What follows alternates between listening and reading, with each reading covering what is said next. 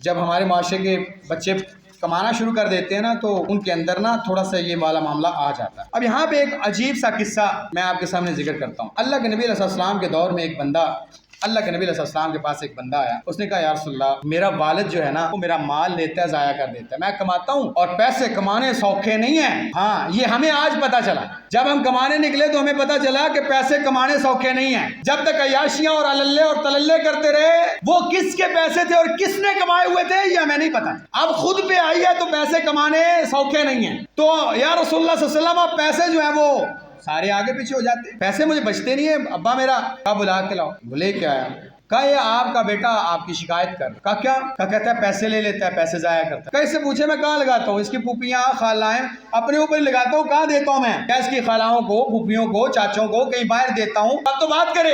اللہ کے نبی علیہ السلام نے ارشاد فرمایا اس بات کو چھوڑو، مجھے یہ بتاؤ وہ جو اشعار ابھی تم نے دل میں کہے ہیں وہ اشعار ذرا سناؤ۔ یا رسول اللہ صلی اللہ علیہ وسلم میں نے وہ اشعار ابھی سوچے ہیں، کہے نہیں۔ کہا جبریل آئے، مجھے سلام کہا اور کہا اس سے پوچھو ابھی اپنے بیٹے کی اس کیس کے اوپر جو اشعار اس نے اپنے دل میں کہے ہیں اور دل میں بنا لیے ہیں، وہ نظم ابھی اس نے کہی نہیں، اسے کہ وہ سنائے۔ اس نے پھر وہ سنائے، وہ اشعار عربی میں تھے۔ اس نے کہا کوشش کرتا ہوں کہ آپ کو ترجمہ سمجھ آ جائے۔ وہ کہتے ہیں پیدا ہونے سے لے کے جب تک تو سمجھدار نہیں ہوا میں کھلاتا رہا تجھے، کماتا میں رہا، کھلاتا رہا، تیری حاجت پوری کی، حاجتیں پوری ہو جانے کے بعد دوبارہ تو اگر حاجت ہوتی تو میرے پاس ہی آتا، میں نے کبھی تجھے انکار نہیں کیا۔ تو بیمار ہو جاتا تھا، بیماری تجھے لگتی تھی، ساری رات جاگتا میں رہتا تھا۔ موقع یہ آ گیا کہ تم اپنے پیسوں کو لے کے اللہ کے نبی کے سامنے آ گیا۔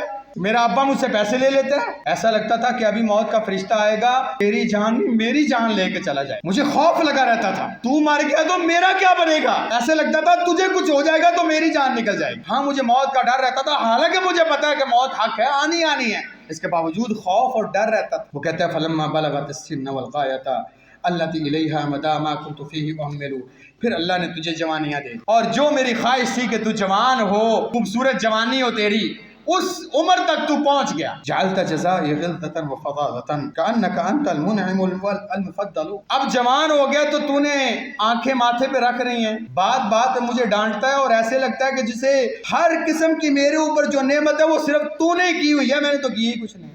اب مجھے یہ بدلہ مل رہا ہے اس کام کا جو میں نے راتیں جاگی، جو تیرے لیے میں پریشان ہوا، جو تیرے اوپر خرچ کیے، تیرے لیے دعائیں کی، آج مجھے اس کا یہ بدلہ مل رہا ہے کہ میں تیرے سامنے مجرم بن کے کھڑا ہوں، تو کیس لے کے اللہ کے نبی کے سامنے حاضر ہے، بندے بندے کے سامنے شکوے کرتا پھرتا ہے، بندے بندے کے سامنے میری بگیاں کرتا ہے، میرے پیسے میں کماتا ہوں، ابا جی لگاتے ہیں، میں اتنا خرچہ ان کو دیتا ہوں، اور ایسے ہے کہ میرے اوپر جتنے احسانات ہیں صرف تو نے کیا، میں نے تو کیے ہی کچھ نہیں، تو نے مجھے باپ سمجھے ہی نہیں ہے۔ اب تیرا سلوک میرے ساتھ ایسے ہے جیسے میں کوئی تیرا پڑوسی ہوں، منگتا ہوں، جاتے جاتے میرے ساتھ کچھ احسان کر جاتا ہے اور دین چڑھا جاتا ہے، باپ تو نے مجھے سمجھے ہی نہیں۔ باپ سمجھتا تو پتہ چلتا، پھر میرے احسانات کو یاد رکھتا تو، پھر میرے اوپر خرچ کرتے ہوئے تو تکلیف نہ ہوتی، پھر تجھے پریشانی نہ ہوتی۔ زعمت بأنی قد کبرت وعبت ولم یمض لی فی السن ستون کمل، تو نے سمجھا میری عمر گزر گئی ہے، تم بابے راندے وچوں لبنا کیے، اب بابا مجھے دیتے ہی کیا ہے، اب بابے نے میرے لیے کرنے ہی کیا ہے، 60 سال عمر ہوئی ہے، خیر ہے، مرنا تو عمر کے ساتھ ہے جب آئے گی موت، لیکن ابھی 60 سال ہوئے ہیں، ان 60 سالوں کے اندر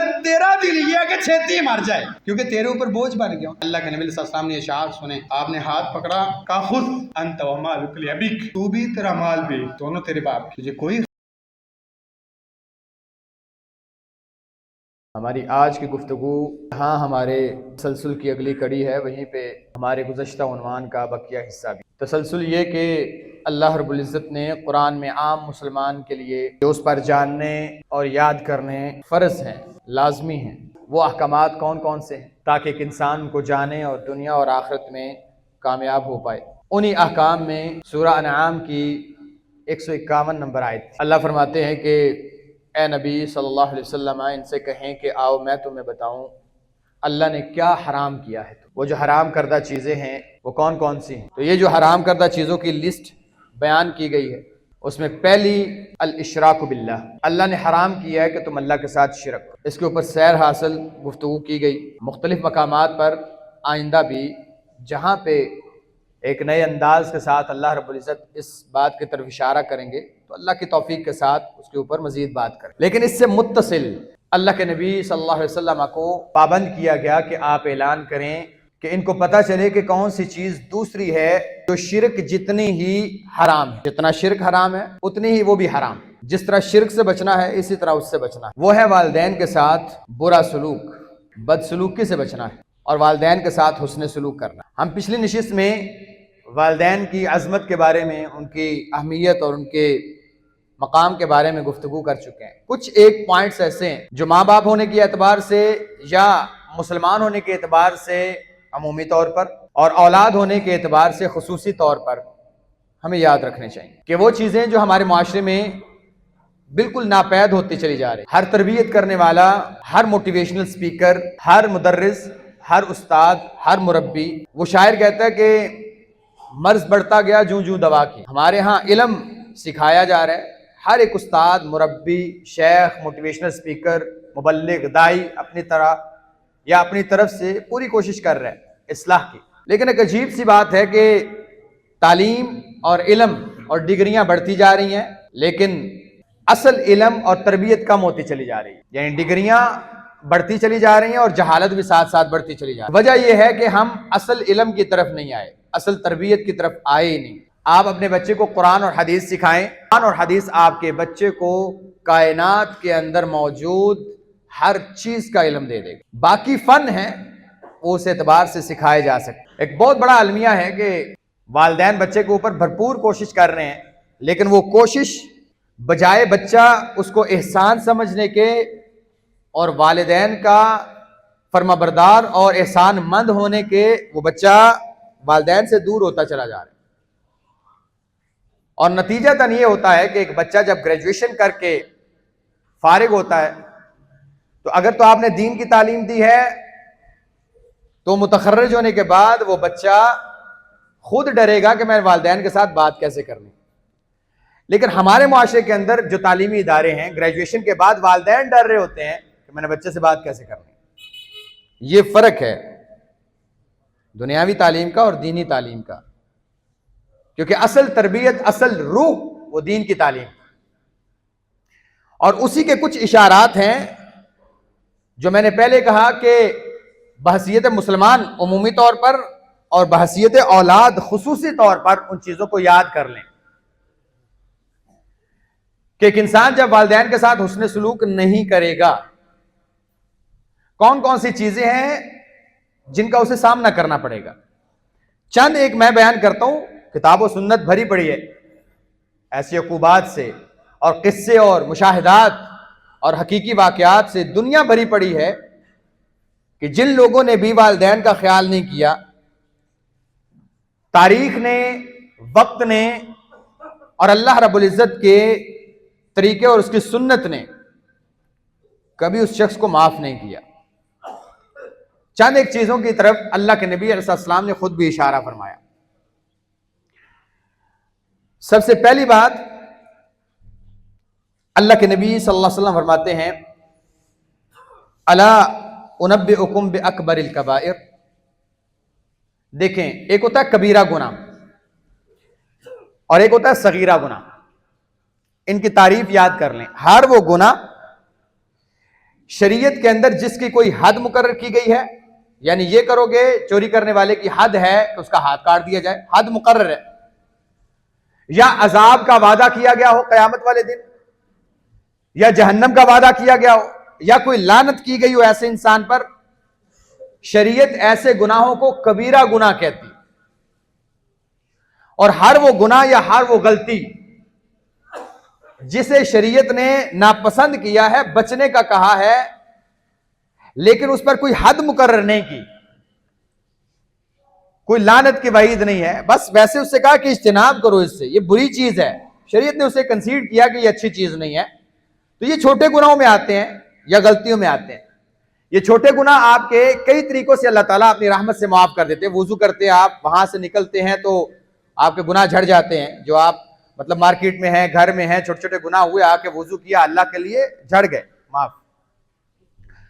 کچھ گناہ ایسے ہیں کہ آپ نماز میں کھڑے ہوئے، قیام کی حالت میں، رکوع میں، پھر سجدے میں، جب آپ فارغ ہوتے ہیں تو آپ کے سارے گناہ اللہ تعالیٰ معاف کر چکے ہوتے ہیں۔ کچھ گناہ ایسے ہیں کہ آپ روزہ رکھتے ہیں، افطار کرتے ہیں، افطاری کے ساتھ ہی گناہ آپ نے صرف اور صرف وہ روزہ اللہ کے لیے رکھا، وہ جو نیت تھی اور آپ کے روزے کا اکمال تھا، آپ نے سحری سے افطاری تک جو ہے وہ اپنے آپ کو بھوکا پیاسا رکھا، تو یہ بھوکا پیاسا رکھنا اور آپ کی نیت کو دیکھتے ہوئے اللہ تعالیٰ آپ کے سارے گناہ معاف کر دیتے ہیں، چاہے وہ اس دن کے ہیں یا پچھلی ساری زندگی کے ہیں۔ یہاں پہ یہ جو عام معافی کے اعلانات ہیں یہ صغیرہ گناہ ہیں۔ کبیرہ گناہ کبھی بھی ایسے معاف نہیں ہوتے، اس کی دو ہی شکلیں ہیں۔ نمبر ایک، اس کی حد لگے، چور نے چوری کی ہے، اس کا ہاتھ کاٹا جائے تو گناہ معاف، کیونکہ دنیا میں اسے سزا مل گئی۔ یا نمبر دو، وہ اللہ سے توبہ کرے، استغفار کرے اور اس گناہ سے معافی مانگے اور اس گناہ کو چھوڑ دے، پھر اللہ اسے معاف کر دیں گے۔ باقی ایک انسان کہے کہ میں نے زنا کیا ہوا ہے، اللہ تعالیٰ ہم کو محفوظ رکھے، اور وہ کہے میں نے وضو کیا تو معاف ہو جائے گا، نہیں، وہ کبیرہ گناہ ہے۔ تو کبیرہ گناہ ایسے معاف نہیں ہوتے۔ اللہ کے نبی علیہ السلام نے کبیرہ گناہوں کی باقاعدہ ایک لسٹ بھی بتائی، اجتنبوا سبع الموبقات، 7 ایسے گناہ ہیں جو ہلاک کر دیتے ہیں انسان کو، بچو ان سے۔ اس میں اللہ کے نبی علیہ السلام نے 7 گناہوں کی ایک لسٹ گنوائی، پچھلی جمعے میں ہم نے اس کا ذکر بھی کیا۔ جادو ہے، اس کے اندر شرک ہے، اس کے اندر کسی پر تہمت لگانا ہے، اور دیگر گناہوں کا تذکرہ اللہ کے نبی علیہ السلام نے۔ عبداللہ بن عباس رضی اللہ تعالیٰ عنہ سے کسی نے پوچھا، حضرت یہ کبیرہ گناہ 7 ہے؟ آپ نے فرمایا 7 نہیں، یہ تقریباً 70 کے قریب ہیں، جو مختلف احادیث اور قرآن سے پتہ چلتا ہے۔ 70 کے قریب ایسے گناہ ہیں جو کبیرہ ہیں۔ لیکن کبیرہ گناہوں کی لسٹ کو گنوانے کے بعد اللہ کے نبی علیہ السلام نے صحابہ سے ایک عجیب بات کی۔ اللہ کے نبی علیہ السلام نے ارشاد فرمایا، الا انبئکم باکبر الکبائر، کبیرہ گناہوں کی لسٹ سمجھ آ گئی، لیکن ان بھیانک اور غلیظ ترین اور بڑے اور اللہ کے سامنے جرت والے گناہ، یہ جو بڑے بڑے ہیں، ان گناہوں سے بھی یہ جو ایک لسٹ بیان کی ہے، ان میں سے بھی چن کے بتاؤں کہ سب سے بڑے گناہ کون ہیں؟ یعنی بڑے گناہوں میں سے بھی بڑے گناہ جو ٹاپ آف دا لسٹ ہیں، وہ بتاؤں کون سے ہیں؟ صحابہ نے کہا یا رسول اللہ بتائیں۔ کہا الاشراک باللہ، اللہ کے ساتھ شرک کرنا، وعقوق الوالدین، والدین کی نافرمانی کرنا، ٹاپ آف دا لسٹ ہے۔ وَكَانَ مُتَّكِئًا فَجَلَسَ، اللہ کے نبی علیہ السلام، صحابہ فرماتے ہیں کہ اللہ کے نبی علیہ السلام ٹیک لگا کے یہ بات کر رہے تھے، فجلس، آپ بیٹھ گئے، اور آپ نے کہا قول الزور و شہادت الزور، جھوٹی گواہی دینا کسی کے بارے میں، جھوٹی گواہی دینا، جھوٹی بات کہنا کسی کے بارے میں۔ اور صحابہ کہتے ہیں اتنی بڑی بات کی اہمیت کی وجہ سے آپ علیہ السلام ٹیک چھوڑ کے سیدھے ہو کے بیٹھ گئے، کہا جھوٹی گواہی دینا، آپ بار بار کہہ رہے تھے جھوٹی گواہی دینا، جھوٹی گواہی دینا۔ صحابہ کہتے ہیں لیتا ہوں سکت، ہم نے کہا خاموش ہو جائیں، اتنی دفعہ اس کو ریپیٹ کر رہے ہیں، یعنی اتنا بڑا گناہ ہے۔ جادو پیچھے ہے، زنا پیچھے ہے، کسی پر تہمت لگانا یہ پیچھے ہے، ٹاپ آف دا لسٹ 3 گناہ جو اللہ کے نبی علیہ السلام نے گنوائے، شرک سب سے اوپر، متصل بات والدین کی نافرمانی کرنا۔ جانتے ہیں کتنا بڑا گناہ ہے؟ عمر بن مرہ جوہنی رضی اللہ تعالیٰ عنہ کہتے ہیں ایک بندہ آیا اللہ کے نبی علیہ السلام کے پاس اور آ کے کہا یا رسول اللہ صلی اللہ علیہ وسلم، میں گواہی دیتا ہوں کہ اللہ کے علاوہ کوئی عبادت کے لائق نہیں، اور آپ اللہ کے رسول ہیں صلی اللہ علیہ وسلم، اور میں 5 نمازیں پڑھوں فرض، اور روزے رکھوں مہینے کے، اور سال بعد زکوٰۃ دیتا ہوں اپنے مال کی، کیا خیال ہے؟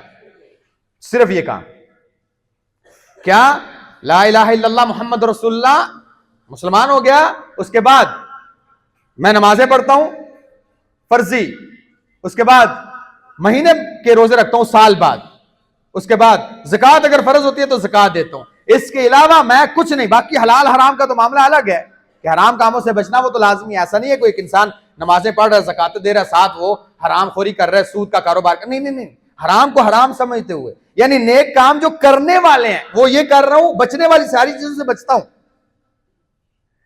یا رسول اللہ صلی اللہ علیہ وسلم، میرے جیسے انسان جو بڑا سست، بڑا ضعیف واقع ہوا ہے، کام نہیں زیادہ کر سکتا، میرے بارے میں آپ علیہ السلام کی کیا رائے ہے؟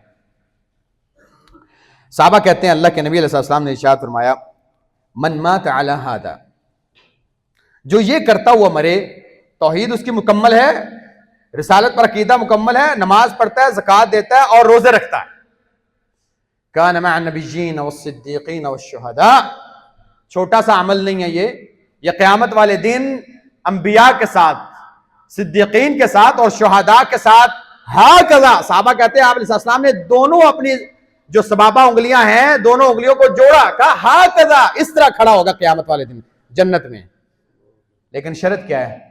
ما لم يعق والدیہ، ہاں اس کے نامہ اعمال میں والدین کی نافرمانی شامل نہ ہو۔ دیکھا، اعمال اتنے بڑے ہیں کہ اسلام لانے کے بعد نمازیں پڑھتا ہے، روزے رکھتا ہے اور زکوٰۃ دیتا ہے، بس یہ اعمال اس کو اٹھا کے انبیاء کے ساتھ کھڑا کر دیں گے، صدیقین کے ساتھ، شہداء کے ساتھ، جو ان کا مقام وہ اس کا مقام۔ لیکن ایک انسان یہ کام کرتے ہوئے والدین کا نافرمان بھی ہے، اللہ اسے اس لسٹ سے نکال کے جہنمیوں کی لسٹ میں داخل کر دیں گے اور باہر نکال دیں گے۔ یہ چھوٹا عمل نہیں ہے، یاد رکھنا۔ یعنی بچنے والی چیزوں میں ایک چیز سے ضرور بچنا، کام کر رہے ہو ٹھیک ہے، یہ نہ ہو کہ نمازیں پڑھ رہے ہو والدین کا پتہ ہی کو نہیں ہے، نافرمانی کر رہے ہو۔ جب تک وہ والدین کا فرما بردار ہے، اس کے والدین اس سے راضی ہیں، تو سمجھ لو یہ جو عمل کر رہے یہ چھوٹے معاملات نہیں ہیں، یہ اسے اٹھا کے اللہ کے انبیاء کے ساتھ، صدیقین کے ساتھ اور شہداء کے ساتھ کھڑا کر دیں گے۔ لیکن ایک انسان اگر یہ سارے کام کرتا ہے، اس سے بھی بڑے کام بھی کرے، والدین کا نافرمان ہے، ایسے انسان کو اللہ تعالیٰ اس لسٹ میں داخل نہیں کریں گے۔ میرے لیے پہلے، آپ کے لیے بعد میں۔ ہم بڑے نرم خو ہیں دوستوں کے لیے، بات کرتے ہوئے حیا کرتے ہیں، بات کرتے ہوئے شرم کرتے ہیں، بات کرتے ہوئے مسکراتے ہیں، ماحول بناتے ہیں تاکہ خوشی ہو، غم پوچھتے ہیں، دل بہلانے کی کوشش کرتے ہیں۔ لیکن یہ سارے کام وہ گھر سے باہر ہیں، چار دیواری کے اندر آتے ہی ہماری آنکھیں ماتھے پہ آ جاتی ہیں، ہم تمیز کے ساری حدیں پار کر جاتے ہیں۔ ہمیں اس چیز کا احساس نہیں ہوتا کہ ہم جانے انجانے میں کیا کچھ کر رہے ہیں۔ اور اس وقت خاص طور پہ اللہ کے نبی علیہ السلام نے ارشاد فرمایا، ایک انسان صبح اپنے والدین، صرف اور صرف والدین کے پاس اس لیے جاتا ہے یا ان کی خدمت میں اس لیے لگا رہتا ہے کہ اللہ نے اسے کہا ہے اور اس سے اجر کا متلاشی ہے۔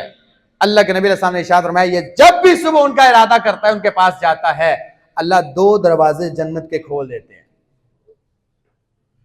اگر ان میں سے ایک زندہ ہے تو ایک دروازہ کھول دیتے ہیں کہ میرا بندہ اپنے والدین کی خدمت میں لگا ہوا ہے، جنت کا یہ دروازہ کھول دو، اس کے لیے جنت میں جانا آسان ہو، یہ عمل کر کے یہ جنت کا داخلہ لے۔ ہمیں کئی دن گزر جاتے ہیں، نہ بیٹھتے ہیں، نہ گپ لگاتے ہیں، نہ کبھی حال پوچھتے ہیں۔ اور یہ بات یاد رکھیں، پیسہ بہت کچھ ہے، سب کچھ نہیں ہے۔ آپ کے والدین کو پیسہ نہیں چاہیے۔ ہمارے ہاں بعض معاشرے کے اندر لوگ پیسے پہ تولتے ہیں، والدین کی ضروریات کو، ان کی خوشی کو پیسے میں تولتے ہیں۔ پیسہ نہیں چاہیے ہوتا، یہ آپ بہترین طریقے سے جانتے ہیں۔ پیسہ مادی اشیاء دے سکتا ہے، نفسیاتی چیزیں نہیں دے سکتا۔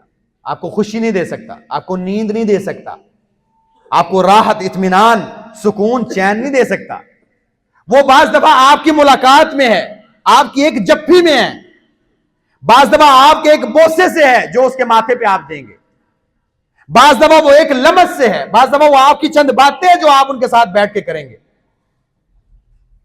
لیکن وہ نہیں، آپ پیسوں میں تولنا شروع کر دیتے۔ تو یہ چھوٹا سا گناہ نہیں ہے۔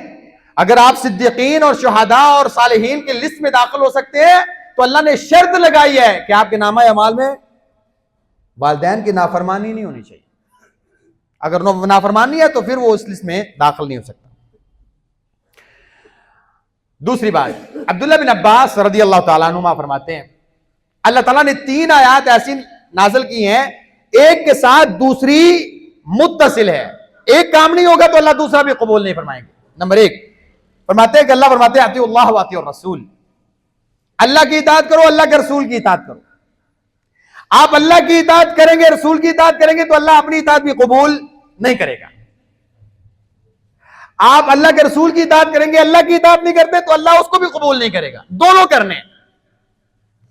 نمبر 2, واقیموا الصلاۃ وآتوا الزکاۃ وارکعوا مع الراکعین, نماز قائم کرو, زکات ادا کرو. عبداللہ بن عباس کہتے ہیں نماز پڑھتا ہے, زکات ادا نہیں کرتا, تو چاہے وہ جماعت کے ساتھ پڑھتا رہے, اللہ قبول نہیں کریں گے. دونوں کو اللہ نے ساتھ ساتھ ذکر کیا.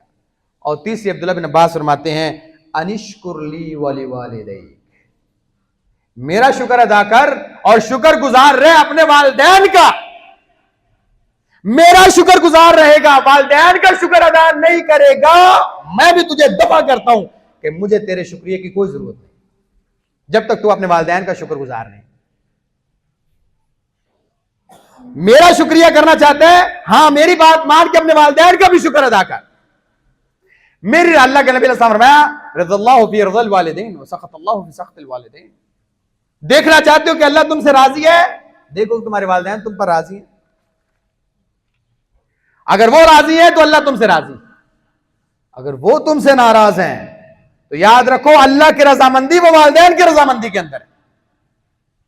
یاد رکھیں, اور یہ حقیقت پر مبنی باتیں ہیں, اسے آپ واعظ اور کوئی تقریر نہیں. شریعت کا مزاج اپنا ہے بھائی, یہ بات یاد رکھیں, شریعت کا اپنا مزاج ہے. ہمیں شریعت کے مطابق اپنے آپ کو ڈھالنا پڑے گا. حالات معاملات کیسے ہیں وہ بات کی بات. کئی لوگ سوچ رہے ہوں گے اچھا اب یہ شریعت تو ایسے کہتی ہے فلاں, میرے اندر بھی ڈھیر ساری خامیاں ہیں, کمیاں ہیں, کوتاہیاں ہیں, کمزوریاں ہیں.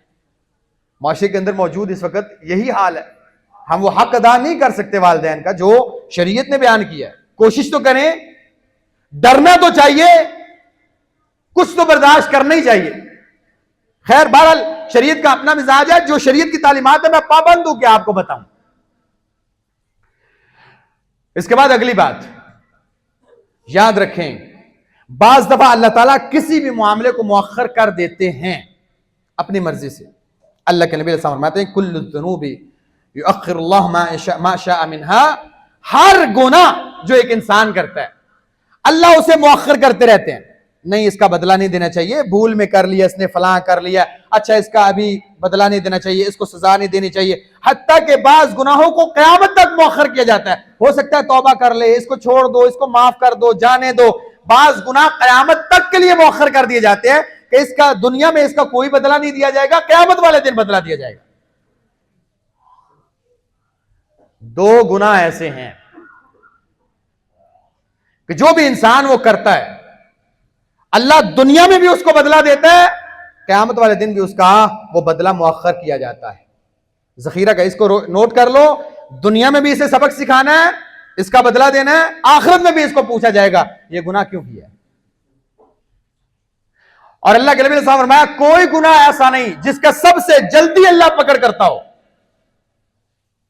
حقوق الوالدین سے زیادہ. یعنی والدین کی نافرمانی ایک ایسا گناہ ہے کہ سب گناہوں سے زیادہ جلدی پکڑ اللہ اسی گناہ پہ کرتا ہے, دنیا میں بھی آخرت میں. مرنے سے پہلے اللہ تعالیٰ ضرور پکڑ کرتے ہیں.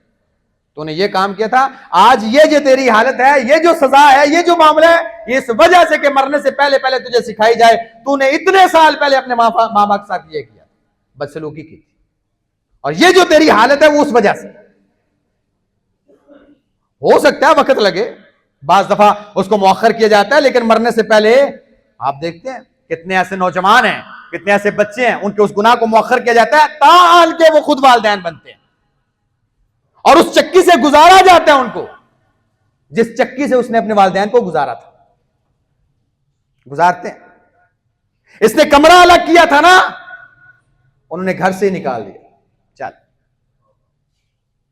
یہ کھانسنے پہ باتیں کرتا تھا نا, انہوں نے گلا دبا کے مار دیا, چل. یہ گالیاں دیتا تھا نا, اس نے کھانا دینے سے انکار کر دیا, جا. ہاں اللہ ضرور مرنے سے پہلے تجھ سے بدلہ لے گا. دو گناہ میرے بھائی ایسے ہیں, مرنے سے پہلے اللہ تعالیٰ اگر ایک انسان توبہ نہیں کرتا, قیامت والے دن اس کا بدلہ تو ملے گا ہی ملے گا, لیکن دنیا کے اندر اللہ تعالیٰ اس کو ضرور اس کا بدلہ دیتے ہیں. نمبر 1 والدین کی نافرمانی, یہ ایسا گناہ ہے کہ اللہ تعالیٰ دنیا میں بھی اس کے سزا دیتے ہیں, آخرت میں. دوسرا, دل تھام کے, ہمارے معاشرے میں بہت زیادہ ہے. آگے بھی بات شاید اس پہ آئے. قطیعۃ رحمی، رشتہ داریوں کو توڑنے والے، تعلق خراب کرنے والے. ہر بندے نے منہ بنایا ہوا ہے، ہر بندہ بیٹھا ہوا ہے. ایگو، انا، باتیں، وہ جو باتیں فلاں نے کی تھیں، اللہ فرماتے ہیں، اللہ کے نبی فرماتے ہیں ایسا گناہ ہے دنیا میں یہ انسان مرنے سے پہلے بھگت کے جائے گا. اس کی سزا دنیا میں بھی بھگتے گا، آخرت میں قیامت والے دن بھی بھگتے گا. یہ ایسا گناہ ہے. ہم بے پرواہ ہیں، ہر بندے کی اپنی مہار ہے. اور ایک اور چیز، میرا ان کے ساتھ تعلق خراب ہے نا، اور ان کے ساتھ ٹھیک ہے، تو میں ان کو مجبور کروں گا. حضرت میرا خراب ہے نا، آپ کیوں بولتے ہیں؟ اللہ اکبر. اللہ کے بندے اپنا بوجھ اٹھا، کسی کا کیوں اٹھاتا ہے؟ خود جو اپنی ناراضگیاں کیے پڑے ہیں، زندگی کا پتہ کوئی نہیں، مرنے کے بعد سارے چارپائیوں پہ لپٹ لپٹ کے روتے ہو. سارے آ کے باتیں بھی یاد کرتے ہیں، وہ اچھائیاں بھی یاد کرتی ہیں اور برائیاں بھول جاتی ہیں. دنیا میں اور زندگی میں یہ کام کیوں نہیں کرتے؟ اور پھر کسی کے منہ پہ ناراض ہیں، فلاں بندہ میرے ساتھ نہیں بولتا لہذا تم بھی نہ بولو، یا فلاں بندہ تمہارے ساتھ نہیں بولتا میں بھی نہیں بولتا، فلاں کے گھر نہیں جاتا میں بھی نہیں جاتا. اور بھائی یہ ان کے معاملات ہیں. آپ تو صرف ہو سکتا ہے آپ کے آنے جانے کی برکت سے اللہ تعالیٰ ان کی صلح کروا دے. نہیں، کیونکہ میرا ادھر جانا ہے، میں ادھر جاؤں گا تو فلاں باتیں کرے گا، میں بھی نہیں جاتا. پوچھے گا اللہ تجھ سے، مرنے سے پہلے پوچھے گا تجھ سے. اور یہ گناہ ہمارے معاشرے میں گناہ سمجھے ہی نہیں جاتے.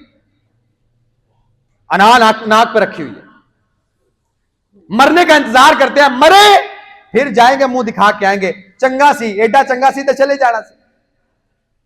اور پھر آپ نے کون سا دین چڑھانا ہے؟ اللہ کا حکم ہے، آپ اس کا پاس کریں.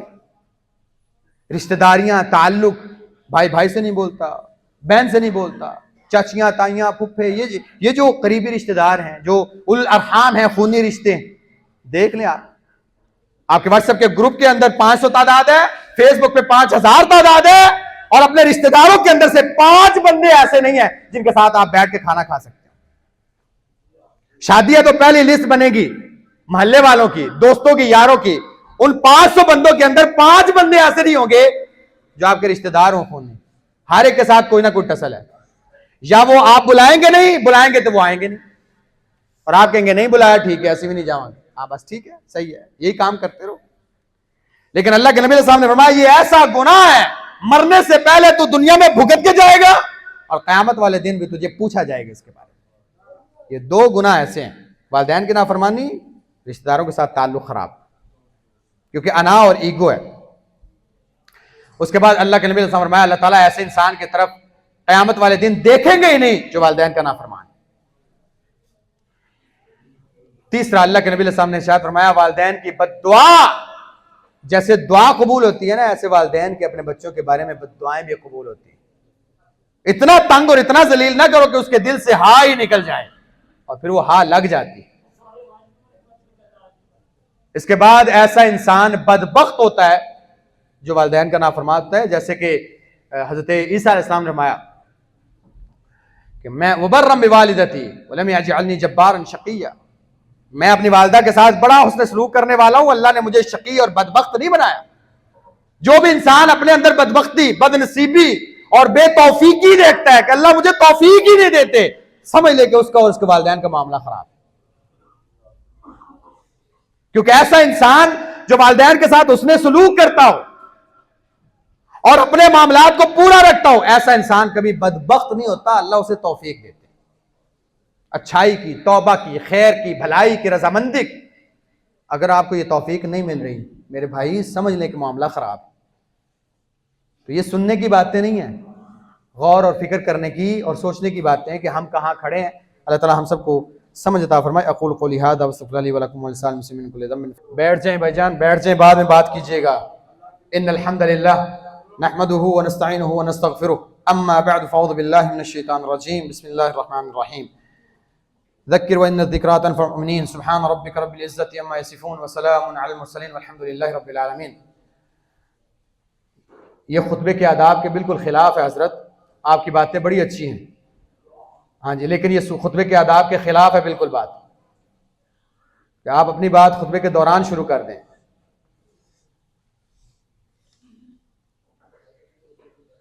احباب گرامی، جن کے والدین زندہ ہیں ان کے لیے قدر اور نعمت اور اللہ کی طرف سے رحمت ہے، لیکن اگر والدین فوت ہو جائیں تو کیا کرے؟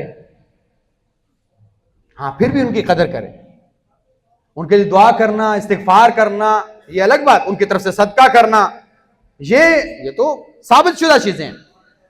عبداللہ بن عمر رضی اللہ تعالیٰ عنہما عمرے پہ جا رہے ہیں مکے کی طرف، ایک گدھا ہے اپنے پاس سواری کے لیے اور سر کے اوپر ایک امامہ باندھا ہوا۔ تابعین کہتے ہیں کہ ایک بدو گزرا دور سے، اسے بلوایا، کہا بھئی آپ فلاں بن فلاں نہیں ہو؟ کہا جی۔ کہا یہ گدھا آپ لے لو، اس پہ بیٹھو، بھئی پیدل کیوں جا رہے ہو؟ امامہ اتارا اس کے سر پہ رکھ دیا، کہا یا امامہ باندھ لو، چلا گیا۔ انہوں نے کہا حضرت صاحب ایک ہی گدھا تھا، ایک ہی سواری تھی آپ کے پاس، بھئی بدو کو دے دی، امامہ بھی اپنا اتار کے دے دیا، کون ہے؟ کہتے ہیں اللہ کے نبی علیہ السلام کو یہ فرماتے ہوئے میں نے سنا تھا سب سے بہترین تعلق اور والدین کے ساتھ صلہ رحمی یہ ہے کہ ایک انسان زندگی میں بھی کرے، مرنے کے بعد بھی ان کے ساتھ صلہ رحمی کرے، اور مرنے کے بعد صلہ رحمی یہ ہے کہ ہر وہ بندہ جو آپ کے والدین کے قریب تھا، محبوب تھا، اس سے آپ تعلق رکھیں، اس کے ساتھ صلہ رحمی کریں۔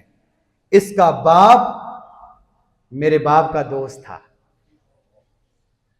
اس کا جو باپ تھا میرے باپ کا بڑا اچھا دوست تھا، تو یہ میرے باپ کے دوست کا بیٹا ہے، اور میرا باپ اس کے باپ کے ساتھ بڑی محبت کرتا تھا، میں بھی چاہتا ہوں کہ اپنے باپ کے دوستوں کا خیال کروں، تو دوست کا بیٹا تو اس لیے میں نے یہ سارا کچھ دیا تاکہ میرا اپنے باپ کے لیے محبت اور الفت والا رشتہ قائم رہے، اپنے باپ کے دوستوں کے ساتھ تعلق، ان کے سامنے عاجزی کے ساتھ، انکساری کے ساتھ، محبت کے ساتھ پیش آئیں، بیٹھیں، ان کی عزت کریں، احترام کریں۔ کیوں؟ آپ کے والد کا دوست ہے، والد نہیں رہے تو ان کے ساتھ کریں۔ الخالۃ بمنزلۃ الام، جس کی ماں نہیں ہے خالہ کے ساتھ احسان کرے، کیونکہ خالہ ہمیشہ ماں کے مد مقابل ہوتی ہے اور ماں کے مرتبے پر ہوتی ہے، خالہ کے ساتھ احسان کرے، وہی کام جو آپ اپنی والدہ کے لیے کرتے ہیں خالہ کے لیے کریں، یا والدہ کی جو سہیلیاں تھیں ان کے ساتھ معاملات رکھیں، تاکہ آپ صرف ذہن میں یہ رکھیں میری والدہ کی سہیلی تھی، تو آپ ان کے ساتھ بھی احسان کر سکتے ہیں مرنے کے بعد بھی۔ ہاں، آپ کہیں گے یہ ہمارے ذمہ ہی ہیں، متصل بعد اللہ نے کیا فرمایا؟ اپنی اولاد کو اس ڈر سے قتل نہ کرو کہ تم مفلس ہو جاؤ، یعنی کیا مطلب؟ والدین کے حقوق کے بعد اولاد کے حقوق کی طرف اشارہ کیا، وہ کون سے ہیں؟ والدین کو کن چیزوں کا خیال رکھنا چاہیے، انشاءاللہ ہم اگلی نشست میں ذکر کریں گے۔ اللہ تعالی ہم سب کے گناہوں کو معاف فرما، ہم سب کے نیک اعمال قبول فرما، اللہ ہم سب کے گناہوں کو معاف فرما، ہم سب کے نیک اعمال قبول فرما۔